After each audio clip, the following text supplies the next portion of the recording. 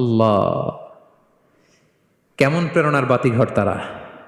ফাআকসিমু নিসফা মালি, হে আব্দুর রহমান ইবনে আউফ, আমার অর্ধেক সম্পদ তোমারে দিয়ে দিব। এখানেই শেষ না, এরপর বলতে লাগলেন আমার অনেকগুলো স্ত্রী আছে, তুমি কোথায় যে মেয়ে খুঁজবা, প্রস্তাব দিবা, এত ঝামেলার দরকার নাই।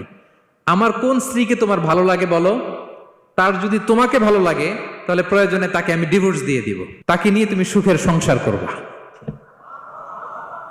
আল্লাহু আকবার, আল্লাহু আকবার। অর্ধেক সম্পদ দিয়ে দিব, আমার একাধিক স্ত্রী আছে, কাউকে যদি তোমার পছন্দ হয় এবং সেও যদি তোমাকে পছন্দ করে, প্রয়োজনে তাকে ডিভোর্স দিব, new life, new career, just go on.